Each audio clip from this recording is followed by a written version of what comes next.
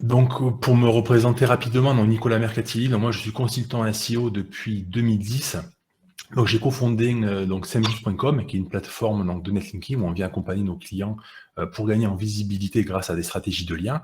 Je suis donc ambassadeur SEMrush, formateur Google, ambassadeur PrestaShop et également le fondateur de WP Rank, qui est un thème et un plugin d'obfuscation pour WordPress et WooCommerce.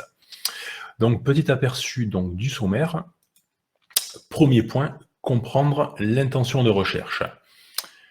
Google cherche à proposer à ses utilisateurs les meilleurs résultats de recherche afin de répondre à leurs questions. Pour cela, il doit comprendre l'intention de recherche derrière la requête. L'utilisateur cherche-t-il une information, à accéder à un site internet, ou veut-il simplement acheter un produit ou un service avec sa carte bleue en main? Donc sans connaître cet objectif, Google ne peut pas proposer les résultats les plus pertinents à ses utilisateurs. C'est pourquoi il organise de mieux en mieux ses SERP en fonction des différentes intentions de recherche. Donc on a l'intention donc informationnelle, l'utilisateur attend une réponse à une question spécifique. Il cherche de l'information, exemple, comment nouer une cravate, définition SEO, journée des femmes, etc. L'intention donc navigationnelle, l'utilisateur cherche donc à trouver un site ou une page spécifique. On va taper par exemple SEMrush, Facebook, Obama Twitter. L'intention commerciale, l'utilisateur veut effectuer des recherches sur un produit, un service ou une marque, exemple iPad Air versus iPad mini, chaise de bureau sans bras, etc. L'intention transactionnelle, là l'utilisateur a l'intention d'effectuer une action ou un achat. Exemple, acheter des chaussures de course, télécharger Among Us, maison neuve près de chez moi, etc. Donc ce sont les différentes intentions de recherche que l'on peut retrouver. Et la première méthode pour définir donc l'intention de recherche d'une SERP reste l'analyse, l'observation et l'analyse. Donc c'est la manière la plus fiable de comprendre ce qu'attend Google sur la requête visée. Il suffit pour cela de taper le mot-clé dans Google et d'analyser les résultats de recherche. Est-ce que l'on retrouve principalement des articles de blog qui remontent en première page, ou est-ce qu'au contraire, on retrouve principalement des pages catégories de sites e-commerce? Ces résultats vont permettre d'identifier facilement l'intention de recherche derrière le mot-clé. Donc n'hésitez pas à regarder le top 20 pour vous faire votre avis par rapport à l'intention de recherche qui est associée à la SERP. Donc exemple à l'écran, on a pris la requête chaise de jardin, où là c'est du transactionnel, car on y retrouve principalement des pages catégories. Certaines SERP peuvent ne pas parfaitement être identifiées parce que Google n'a pas vraiment défini l'intention de recherche. On y retrouve différentes intentions qui seront mélangées. C'est le cas, par exemple, de la requête Whey Musculation, où l'on retrouve des pages conseils, donc intention informationnelle, et des pages catégories et produits, donc intention transactionnelle. Dans ce cas, c'est à vous de définir ce que vous souhaitez pousser en priorité. Vous avez deux possibilités. Donc à vous de définir laquelle est la plus pertinente et il faudra impérativement apporter de la valeur ajoutée à votre page. Et on y reviendra par la suite sur ça. La deuxième méthode, tout simplement, c'est d'utiliser des outils. Donc vous pouvez utiliser donc SEMrush, comme j'ai mis à l'écran, qui va vous donner donc les différentes intentions de recherche associées aux mots-clés que l'on vise. Donc j'ai repris trois exemples. La requête chaise de jardin, SEMrush nous indique clairement que c'est du transactionnel. La requête Whey musculation, SEMrush indique que c'est du transactionnel, alors que dans la SERP, on avait vu qu'il y avait aussi de l'informationnel. Également, la requête comment nouer une cravate, SEMrush nous indique que c'est de l'informationnel. C'est le cas des requêtes sous forme de comment, quoi, qui, pourquoi, etc. Il faut aussi tenir compte des requêtes basées sur des intentions de recherche locales. Par exemple, si je recherche nounou, restaurant, cinéma, etc., il faut bien tenir compte car il sera très compliqué, voire impossible de ressortir sur nounou seul sans avoir automatiquement une localité associée à l'intention de recherche. Une fois l'intention de recherche définie, il faut adapter sa stratégie SEO en fonction. Si une requête possède une intention informationnelle, il sera très difficile de se positionner avec une fiche produit. De la même manière, si vous avez énormément de mal à vous placer sur collier hors femme, par exemple avec une page de blog, c'est plutôt une fiche produit que l'on va attendre ou une page catégorie. Si vous observez un décalage entre la page que vous souhaitez positionner et l'intention de recherche associée à la requête, alors il faudra adapter votre contenu et proposer une page différente. Cela passe par la rédaction de votre page et le type de page créée, c'est-à-dire une page produit, un article de blog ou une page d'information. Cette nouvelle page devra avoir une réelle valeur ajoutée. J'en ai parlé tout à l'heure, juste avant, la réelle valeur ajoutée. Donc, dans le cas d'une requête informationnelle, cela peut être un contenu qui sera plus intéressant, avec des chiffres, des statistiques, des tableaux, des astuces qui seront différentes de celles qui sont proposées par vos concurrents, basées également sur votre expérience ou sur carrément une étude de cas qui serait bien plus pertinente. Dans le cas d'une requête transactionnelle, cela peut être par exemple des images 3D associées à une fiche produit, ou un texte et une vidéo présentant parfaitement un produit, ou simplement un satisfait remboursé qui serait mis en avant. Donc reprenons l'exemple de la SERP chaise de jardin. Cette SERP est sur une intention de recherche transactionnelle, comme nous le montre Samrush et comme on l'a vu tout à l'heure. Donc là, nous allons prendre l'exemple du site Hesperide. Je vous ai mis également l'URL de la page. Donc c'est une page qui est une page catégorie, une catégorie produit qui est positionnée sur cette requête chaise de jardin. Si l'on revient donc sur la SERP, nous constatons que nous n'avons que des pages catégories. Ce sont que des sites e-commerce qui sont présents dans la SERP et ce sont des pages catégories qui sont positionnées. En analysant en détail, on remarque que Hesperide fait office d'un petit peu d'intrus au milieu des bien plus gros sites. On voit que ce sont des très gros sites e-commerce et que Hesperide est bien plus petit. Il est en 8e position, il possède bien moins de domaines référents, et il possède également bien moins de mots-clés de trafic organique. Donc face à tous ces géants qui sont plus généralistes, Hesperide a l'avantage d'être le seul spécialisé dans le mobilier de jardin. C'est son avantage et ce qui lui permet d'être ici. Donc les gros acteurs face à lui ne peuvent pas travailler toutes leurs sections de produits. Ils ont tellement de produits et de sections qu'ils ne peuvent pas tout travailler. Et cela vient laisser donc la place à des petits acteurs qui sont spécialisés de se positionner. Donc le site Hesperide a donc du potentiel face à ces gros sites.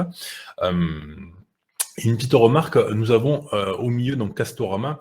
Castorama, c'est le seul à avoir plus de domaines référents. Donc il y a 25 domaines référents. Et en fait, ce sont des liens et des redirections en interne qui ont été mises en place, mais depuis que j'ai fait ma capture, j'ai vu qu'il n'était plus présent. Analyse et optimisation du contenu.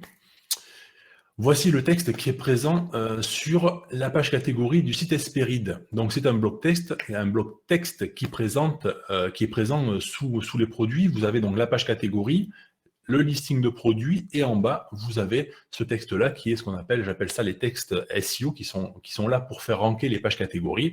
Donc on voit qu'ils ont mis un tout petit texte sous les produits.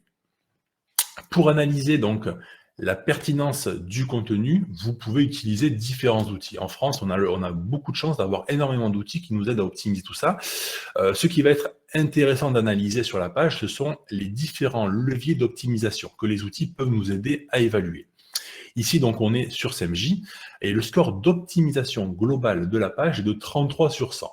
Alors, ce que je recommande pour optimiser ce type de page, la première optimisation, c'est la balise titre, c'est l'élément qui a le plus de poids en termes de SEO et malheureusement, souvent, elles ne sont pas assez optimisées. Donc, la balise titre a beaucoup de poids. Le deuxième optimisation, donc c'est le contenu. Donc, sa longueur doit être adaptée en fonction de la concurrence. C'est un élément qui est variable. Et ici, SEMJ va nous proposer 600 mots par rapport aux concurrents sur cette requête-là. À savoir que la longueur ne fait pas tout. Elle est dépendante de la richesse sémantique du texte. Vous pouvez aussi optimiser les titres à chaîne qui sont intégrés dans le contenu texte. Il faut essayer de cibler les intentions de recherche les plus demandées. On va également intégrer des médias, notamment des vidéos qui optimisent la rétention des visiteurs.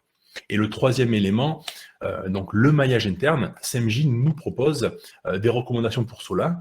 Le but est de créer des relations sémantiques entre les pages et limiter la profondeur des pages importantes.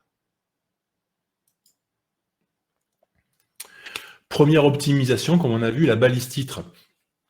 Donc, SEMJ contrôle que la requête ciblée soit bien présente dans la balise titre. Et moi, ce que je vous recommande aussi, c'est de toujours placer les mots-clés les plus importants au début de la balise titre. Quand on vient les mettre au début de la balise titre, ces mots-clés auront bien plus de poids que s'ils étaient à la fin de la balise titre. Il faut savoir que la balise titre, c'est également l'élément qui va donner beaucoup plus d'efficacité aux stratégies de lien lorsqu'elle est bien ciblée. Si vous voulez en savoir plus sur l'optimisation de la balise titre, j'ai réalisé il y a quelques mois un webinaire sur la chaîne YouTube de SEMrush. Je vous invite à aller voir ce webinaire. Pour les titres à chaîne, SEMJ propose 2 optimisations. La première, intégrer des intentions de recherche associées à la requête ciblée et intégrer les questions les plus demandées. Cela donnera bien plus de pertinence et de poids à vos titres. Autre optimisation, les termes associés au mot-clé principal, c'est-à-dire la sémantique à utiliser dans la rédaction. Il y a une récurrence pour chaque terme. Par exemple, chaise de jardin, SEMJ nous recommande de le répéter entre 3 à 10 fois. Table de jardin, entre 1 à 2 fois, etc. Donc, il y a une notion de sémantique et de répétition de cette sémantique dans la rédaction. Plus cette sémantique sera utilisée, et mieux votre page se positionnera. Une fois le nouveau texte généré et en place, vous pouvez intégrer, si possible, du Flex CSS. Alors, le Flex CSS, c'est quelque chose que j'aime beaucoup. Cela permet de présenter aux visiteurs un texte à un endroit différent d'où Google va le voir. C'est-à-dire, dans le code source de la page, on va différer l'affichage, c'est-à-dire je peux afficher aux internautes un texte présent en bas de page. Donc là, dans cet exemple-là, j'intègre le texte en bas sous mon listing de produits et à Google, dans le code source, je viens lui proposer ce texte-là, donc tout en haut. Donc ce que j'aime bien faire, j'aime bien avoir le titre H1 présent dans le code source, juste dessous mon texte SEO optimisé qui sera présent en haut dans le code, mais qui sera physiquement visible pour les internautes en bas, et après j'intègre mon listing de produits. Ça permet justement de prendre ce contenu texte que l'on va rédiger sur la fiche catégorie et de le proposer avant les produits. Automatiquement, cela aura bien plus de poids et votre page se positionnera mieux grâce au Flex CSS. Donc c'est une technique qui n'est pas forcément beaucoup utilisée, mais voilà, c'est quelque chose que j'applique sur beaucoup de mes projets. Maintenant, on a l'audit et l'optimisation du profil de lien, c'est-à-dire la stratégie de netlinking. Donc, j'ai pris SEMrush pour analyser le site donc Hesperide. Donc, on est sur un site qui possède déjà une belle visibilité. Hein, on voit que nous avons 386 000 donc en termes de trafic organique, et nous avons 4600 mots-clés dans le top 10. Donc on est déjà sur un site qui a une belle visibilité. Alors sur SEMrush, on voit que l'on peut filtrer les mots-clés, et on voit à l'écran que j'affiche seulement les mots-clés présents dans le top 10, ce sont les mots-clés qui m'intéressent le plus. Quand on va regarder l'évolution d'un site, on va essayer de regarder principalement les mots-clés qui évoluent dans le top 10. Donc on peut venir décocher justement les mots-clés qui vont de la 11e à la 20e position, de la 20e à la 50 et de la 51e à la 100e position. Voilà. Essayez de regarder toujours au moins le top 10 ou le top 20 pour avoir un meilleur aperçu de l'évolution de vos mots-clés dans les SERP. Par contre, quand on regarde le profil de lien du site Hesperide, on voit que ça reste assez léger. On a 237 domaines référents. Donc, pour un gros site e-commerce comme ça reste quand même assez peu. On voit que les encres de lien sont naturelles. Alors, quand on dit naturel, c'est qu'on doit retrouver principalement le nom de la marque, donc Hesperide. On doit retrouver également le nom de domaine, hesperide.com ou www.hesperide.com, etc. On doit retrouver donc principalement des URL, et on doit avoir les mots-clés au niveau des encres de lien qui sont en dessous de tout ce qui est naturel, c'est-à-dire branding et URL. Au niveau de la qualité des liens reçus, on voit que ça tend quand même vers le bas. Vous avez donc à droite la flamme de chez Majestic SEO Donc ça, c'est un indicateur que j'aime assez bien. On voit que les 3/4 des liens ont plus de citation flow que de trust flow. Donc citation flow, c'est la quantité de liens. Trust flow, c'est la qualité des liens. Donc quand on regarde la flamme de Majestic SEO, ben, on voit qu'on a plus de liens. Donc ce sont les petits points roses qui sont visibles sur ce graphique. On voit que c'est principalement en dessous de la diagonale. Il faut savoir que voilà, au-dessus de la diagonale, ce sont des liens de qualité à forte autorité. En dessous de la diagonale, ce sont des liens bien moins pertinents. C'est ce qui explique le ratio trust flow, citation flow assez bas.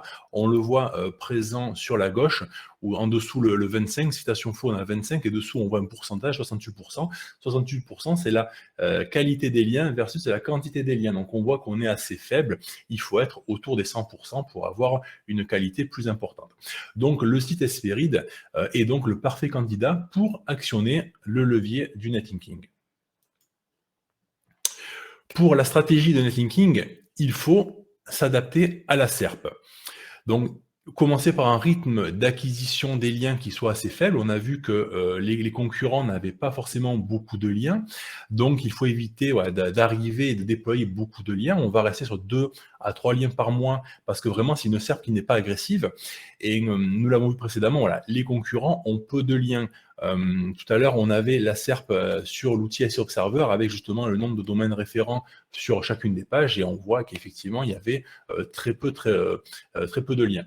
Donc on va limiter le nombre de liens et privilégier les liens à forte autorité. On va privilégier des gros liens qui ont principalement de l'autorité du jeu à apporter.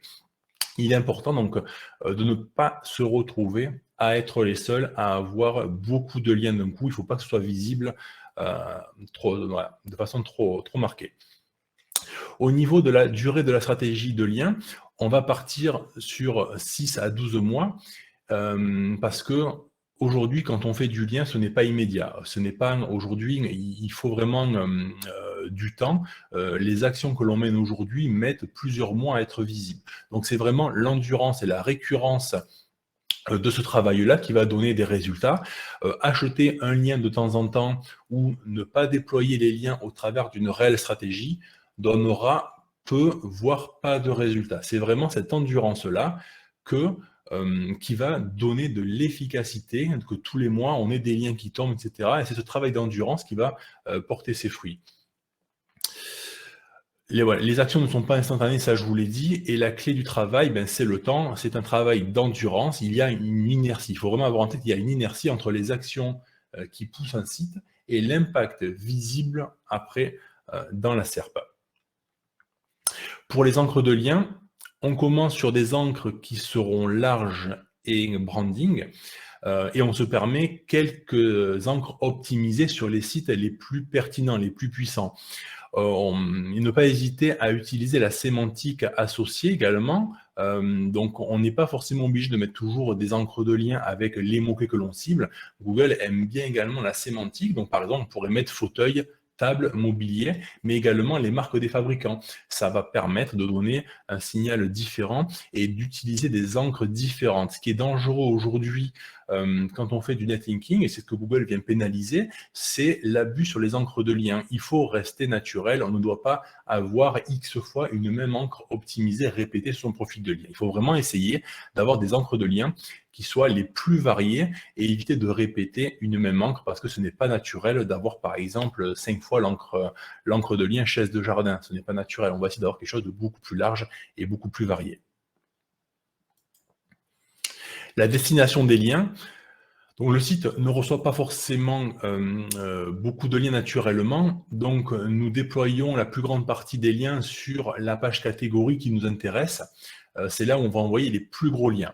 Mais on va quand même ajouter des petits liens vers la page d'accueil. On l'a vu tout à l'heure, les liens vers la page d'accueil sont orientés branding URL, c'est des petits liens pas très coûteux que l'on va envoyer vers la page d'accueil parce que c'est naturel de recevoir des liens sur la page d'accueil. On ne peut pas envoyer des liens que vers des pages internes. Et quand on vient, quand vous recevez un lien naturellement, quand on vient citer votre marque, quand on vient citer votre site, automatiquement, ben, on va souvent, le plus souvent, mettre un lien vers la page d'accueil. Si je parle de SAMJ, ben, je mets un lien vers la page d'accueil de SAMJ, par exemple.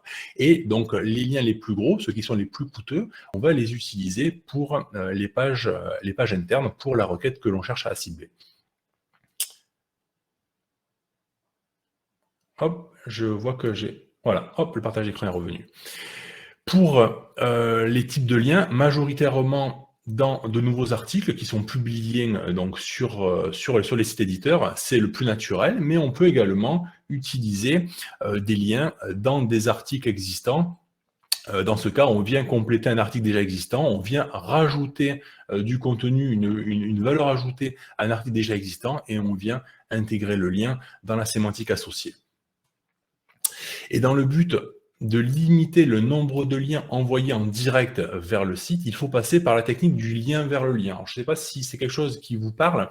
La technique du lien vers le lien, le but est de pousser les plus gros liens achetés avec des plus petits liens. Cela permet de renvoyer plus de jus sans envoyer trop de domaines référents. On a vu que dans la SERP chaise de jardin, les sites positionnés reçoivent peu de backlinks. Donc, je ne peux pas demain débarquer avec 20 backlinks sur ma page catégorie parce que ça va vraiment faire suroptimiser et ça va rapidement se voir par rapport aux concurrents.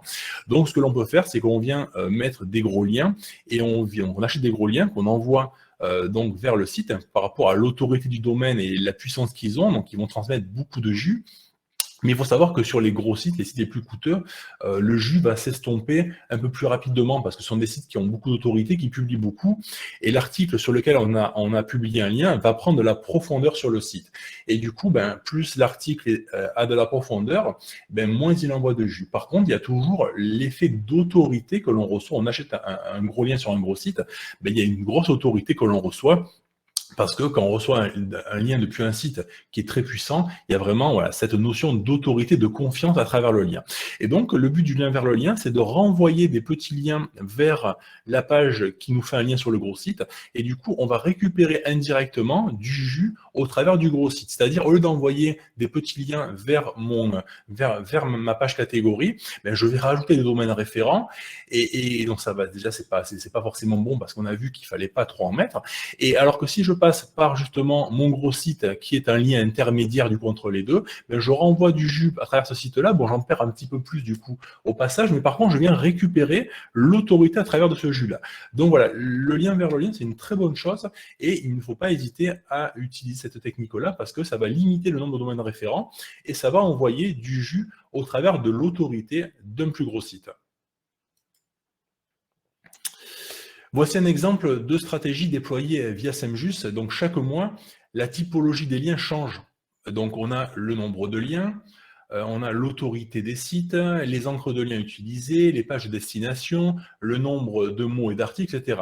Une fois la stratégie lancée, il faut suivre l'évolution de la stratégie et ajuster si besoin.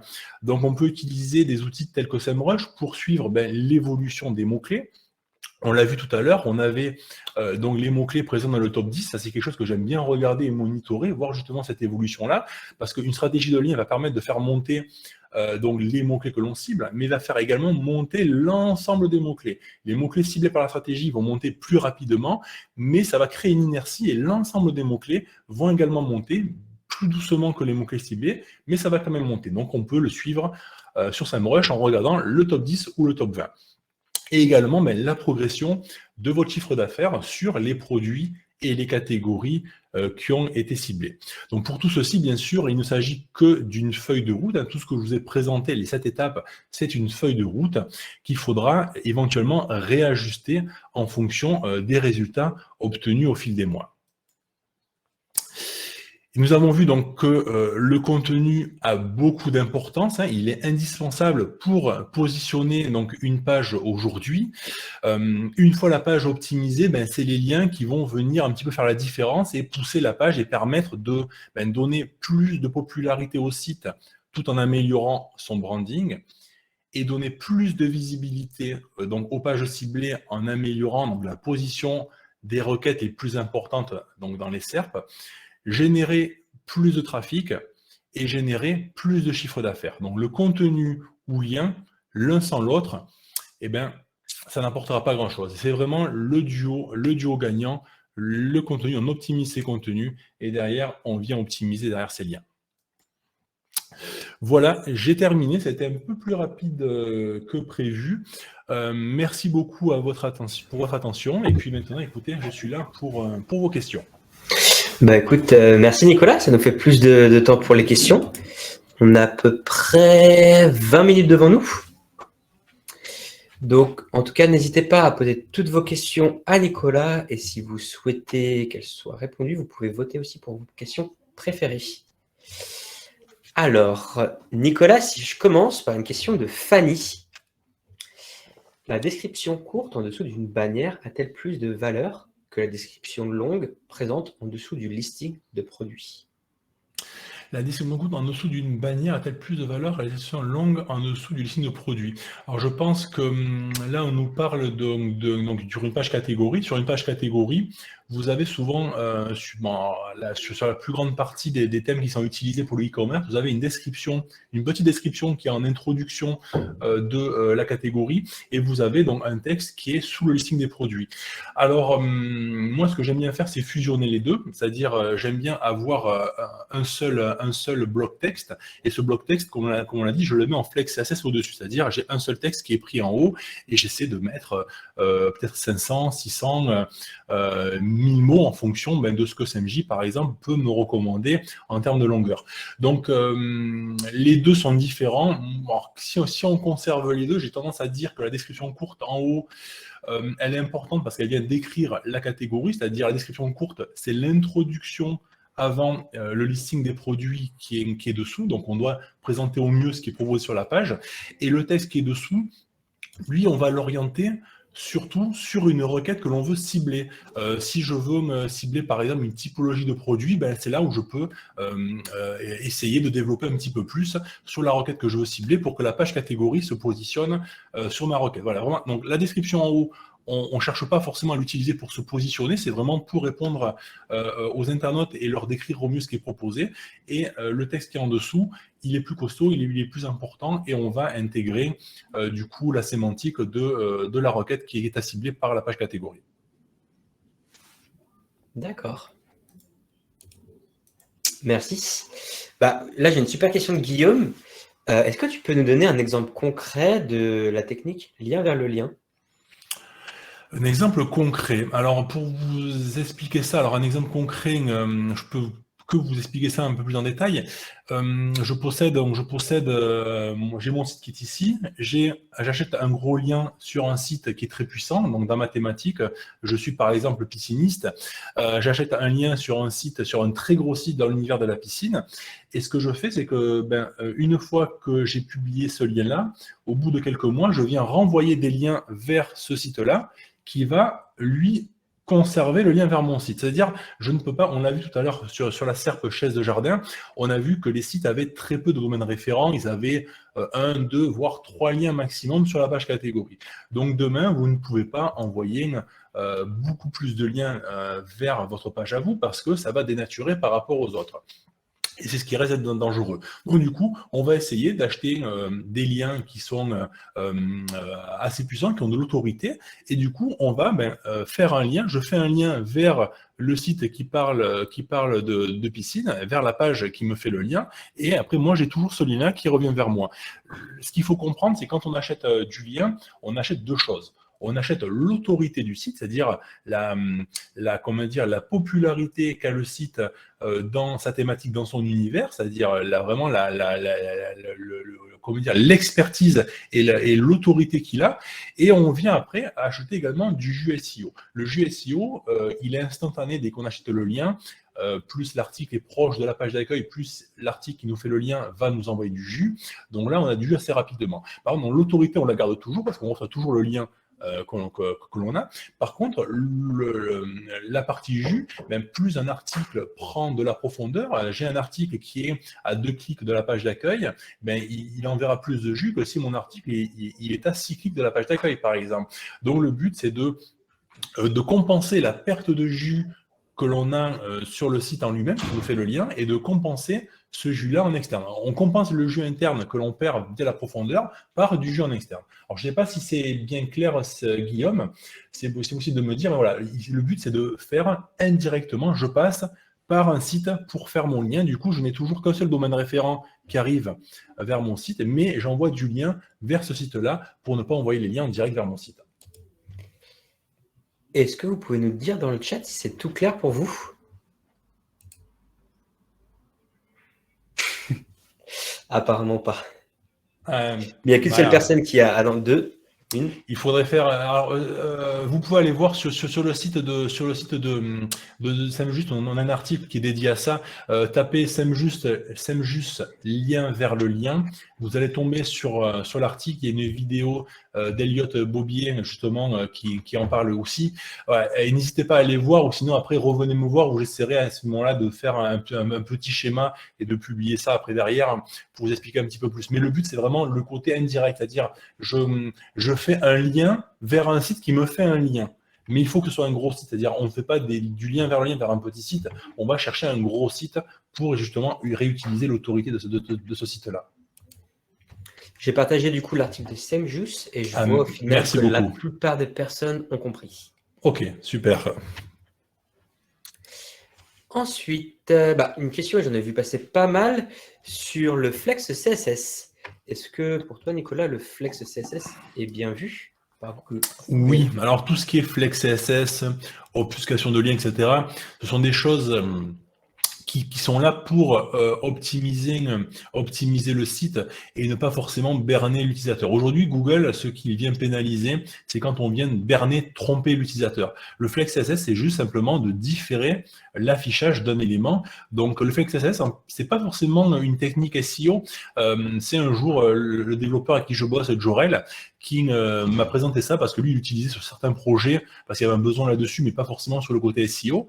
Mais je lui dis, mais quand j'ai vu ça, j'ai dit, mais c'est génial, ça, c'est quelque chose qu'on peut ramener du coup au SEO et l'utiliser pour le SEO. C'est simplement donner à Google un texte plus rapidement. Le problème, c'est que si on affichait ce texte, je fais un texte de 1000 mots sur ma page catégorie, si je mets ce texte de 1000 mots au-dessus, donc au-dessus de mes produits, honnêtement, la ligne de flottaison est trop basse, les produits sont trop bas, c'est pas forcément sexy pour l'internaute et c'est pas forcément très ergonomique. Donc il faut laisser ce texte-là en bas sous les produits, mais par contre à Google, pour que Google lui donne plus de poids, je le mets en haut. Il n'y a vraiment aucun problème là-dessus. Il y a beaucoup de sites, quand on parle de Flex CSS, de cloaking, d'obfuscation, il y a énormément de très gros sites qui l'utilisent et vous ne vous en rendez pas forcément compte quand vous naviguez dessus, mais ce sont des techniques qui sont un peu décriés parfois, mais il n'y a aucun souci là-dessus à partir du moment, je le répète, à partir du moment où l'on ne vient pas berner l'internaute, on ne vient pas tromper l'internaute derrière, en fait. Très clair. Merci, Nicolas. Hop. Donc, j'ai une question de Fanny assez complexe. Nicolas, comment faire une bonne page transactionnelle quand on vend des prestations de services et non des produits? Quel type de contenu faut-il dans la page? Un formulaire de contact, une FAQ? Quand on veut générer du transactionnel, il faut que la page ne soit pas trop orientée informationnelle. Souvent, on voit des pages qui ont été optimisées, qui sont un petit peu le wiki de sa thématique. Mais le problème, c'est que Google, c'est pas forcément ça qui l'intéresse. Par exemple, si on prend chaise de jardin, je peux faire une page de blog de 3000 mots qui va décrire au mieux les différents types de chaises de jardin, qu'est-ce qu'une chaise de jardin, où acheter une chaise de jardin, etc., qui soit vraiment le wiki de la thématique. Cette page-là va avoir du mal à venir se positionner parce que Google attend des pages transactionnelles, il attend vraiment derrière clairement des produits. Donc, pour avoir une bonne page transactionnelle quand on vend des services, il faut essayer d'orienter la page sur la mise en avant des services et non pas sur l'information associée au service. Il faut essayer vraiment de trouver les bons éléments pertinents pour mettre en avant ces services pour que derrière, il y ait une notion de transformation. On ne doit pas informer l'internaute, on doit vraiment l'inciter à passer à l'action et à nous contacter effectivement avec un formulaire de contact, on peut avoir une fac, etc. Voilà, il faut vraiment essayer, déjà regarder la SERP, hein. Déjà on tape son mot-clé et on va regarder déjà ce qui ressort. Est-ce que sur la requête, sur le service que vous proposez, est-ce que ce sont des pages transactionnelles qui ressortent déjà? Donc c'est la première chose déjà qu'il faut regarder. Et si effectivement c'est des pages transactionnelles, regardez aussi ce que font vos concurrents, comment ils ont réussi à se positionner avec leurs pages transactionnelles, et il faut faire un petit peu un benchmark de tout ce que l'on peut voir au niveau de la concurrence, et ajouter, comme j'ai dit plusieurs fois, ajouter une plus-value, une valeur ajoutée pour justement être plus sexy auprès de Google. Merci. J'ai une autre question pour toi. Est-ce que tu as des petites astuces pour trouver des backlinks de qualité? Des backlinks de qualité.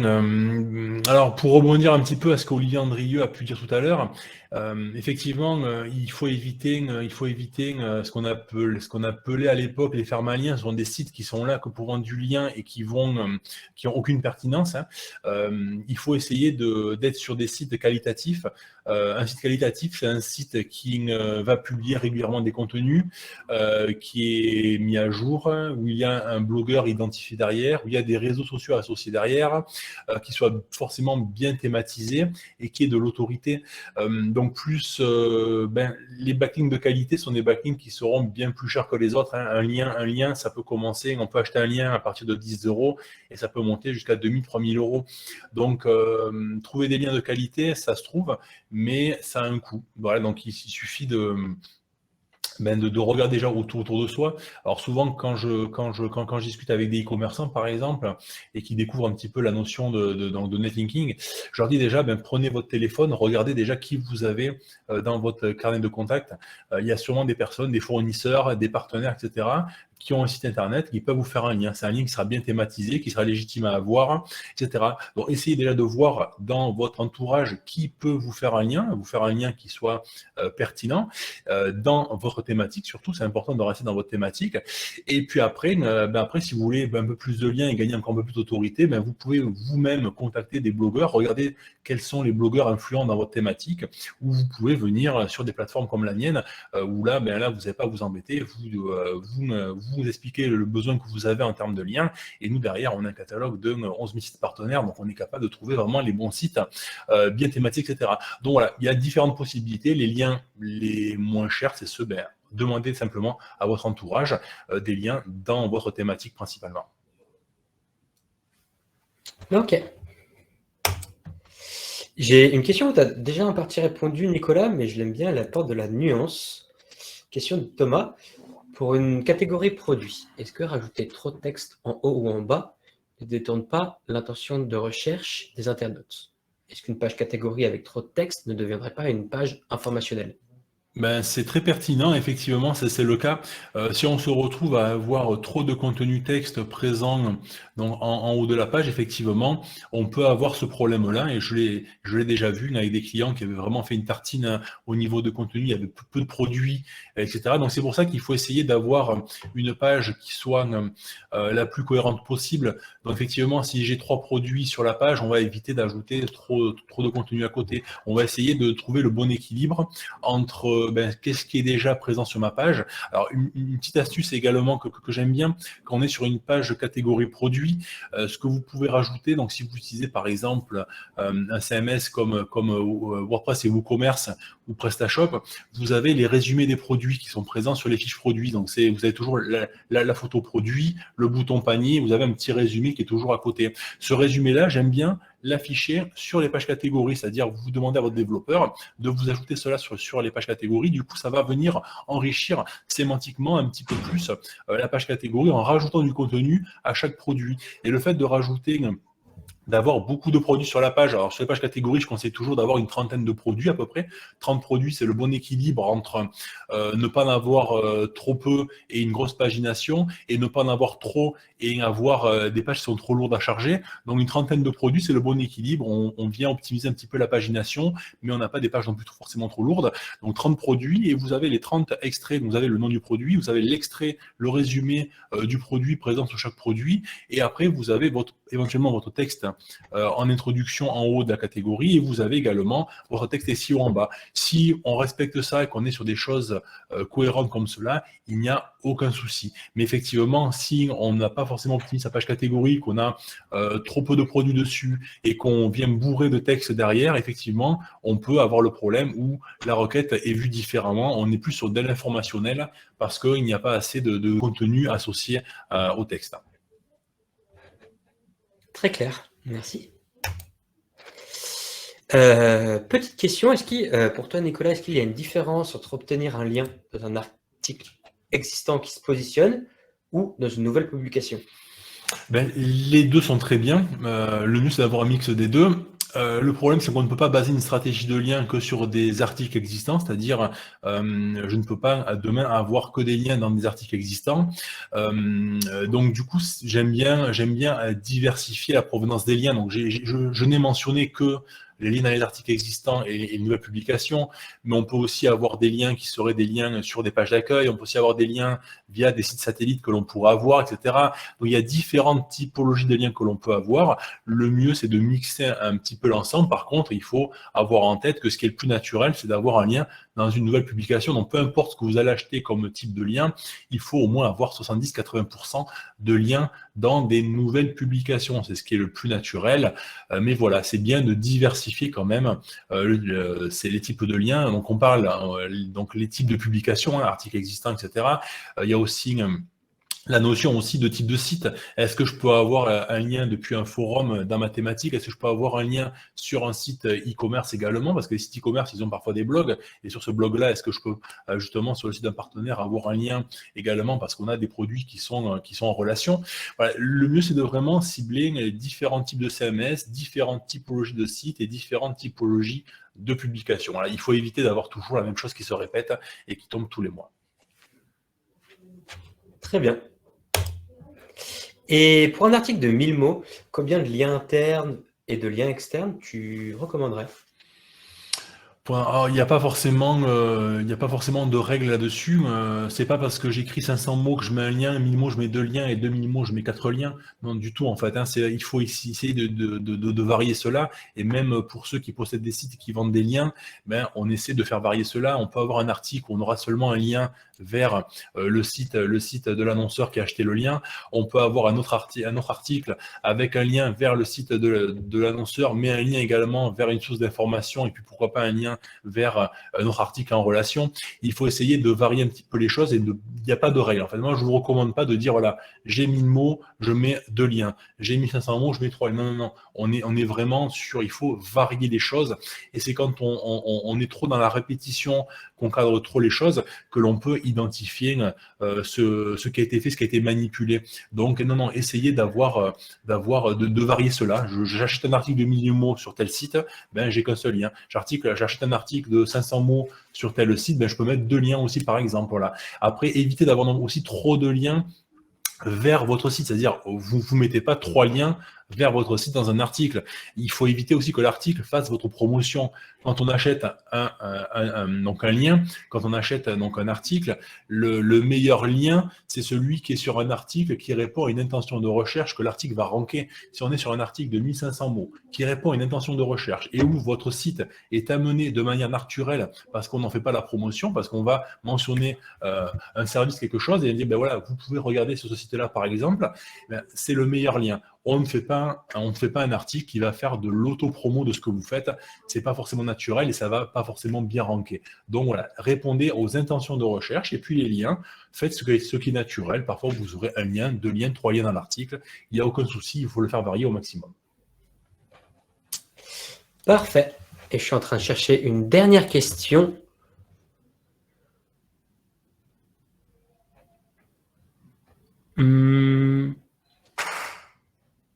Allez, une dernière petite clarification sur la méthode du lien vers le lien. Avec le lien vers le lien, ne risque-t-on pas de rentrer en concurrence dans le cercle avec ce fameux site? Tout dépend si c'est une très bonne question, mais ce site d'autorité, déjà, il y a de fortes chances qu'il soit positionné, qu'il ait plus d'autorité que le vôtre. Ça, c'est une chose. Après, est-ce que ce site-là, comme j'expliquais, on évite de faire un article qui soit de l'autopromo de ce que vous faites, qui soit trop ciblé par rapport à ce que vous faites. On essaie toujours d'avoir une relation sémantique entre l'article que j'écris et donc ce que je veux cibler en mots-clés. Par exemple, là, on était sur l'exemple chaise de jardin, donc j'ai un site sur les chaises de jardin, je peux aller sur un site d'autorité, sur un article qui va par exemple, traiter comment aménager sa terrasse l'été à côté de la piscine, par exemple. On va pas être sur un article, quelle est la meilleure chaise de jardin ou comment acheter une chaise de jardin. On sera toujours sur quelque chose qui sera proche de ce que je fais dans les thématiques proches. Donc du coup, il y a peu de chances que ce site-là vienne ranker sur la requête que l'on cible, c'est-à-dire le site-là ne va pas forcément ranker sur chaise de jardin. Par contre, il aura beaucoup d'autorité, beaucoup de jus, et du coup, effectivement, le fait de lui envoyer du lien vers le lien on va l'aider à mieux positionner cette page-là. Cette page-là va mieux ranker donc pour lui, et cette page-là qui rank mieux va nous envoyer plus de jus également vers la page de notre site. Donc la stratégie de lien, la stratégie donc de lien vers le lien et la stratégie de lien tout court, il faut le réfléchir intelligemment, et ça fait partie également, les sujets que l'on va proposer au site éditeur sont également à réfléchir pour éviter justement de créer un mammouth à côté de nous qui va se positionner sur le mot-clé que l'on veut et qui va être devant nous. Après, bon, quand un site est devant nous, c'est un très très bon signal quand même d'avoir un lien d'un site qui rank sur le même mot-clé que nous et qui nous fait un lien. Moi, le premier, quand je veux me positionner sur un mot-clé, je vais identifier ceux qui sont devant moi dans la SERP, et est-ce que je ne peux pas négocier un lien sur ceux qui sont devant moi dans la SERP, parce que c'est un très bon signal justement. Donc voilà, donc attention juste au sujet que vous allez traiter sur le site qui va vous faire le lien et vers lequel on va faire du lien vers le lien, parce qu'effectivement, il peut monter très rapidement ce site-là. Génial. C'était la dernière question. Voilà, merci. Merci Nicolas pour la clarté et la profondeur de tes réponses. Est-ce que tu peux passer la slide suivante, s'il te plaît? Oui, bien sûr. Hop, elle est ici. Donc, rendez-vous avec Vincent cet après-midi. Ouais. Rendez-vous avec Vincent à 14h30. Qui va vous parler de la SEO Answer Box, donc une méthode pour interroger vos données et créer des dashboards. Ça va être une conférence technique super intéressante, et si vous ne savez pas ce que c'est que le SEO Answer Box, vous pouvez juste y aller. Nicolas, je voulais te remercier du coup avec SEMrush en tant qu'ambassadeur et avec SEMJuice de reparticiper pour la deuxième fois avec nous. C'était avec grand plaisir. N'hésitez pas, si vous voulez vous faire accompagner dans vos stratégies de netlinking, vous pouvez aller vous renseigner sur SEMJuice. Et si vous voulez vous faire accompagner sur vos stratégies de contenu, vous pouvez demander une démo de SEMJ. À l'occasion du SEO Square, on vous propose 15% de réduction. Et du coup, on vous retrouve dans 1h10 après manger avec une conférence d'Uncrawl. Merci Nicolas. Super, merci beaucoup. À bientôt.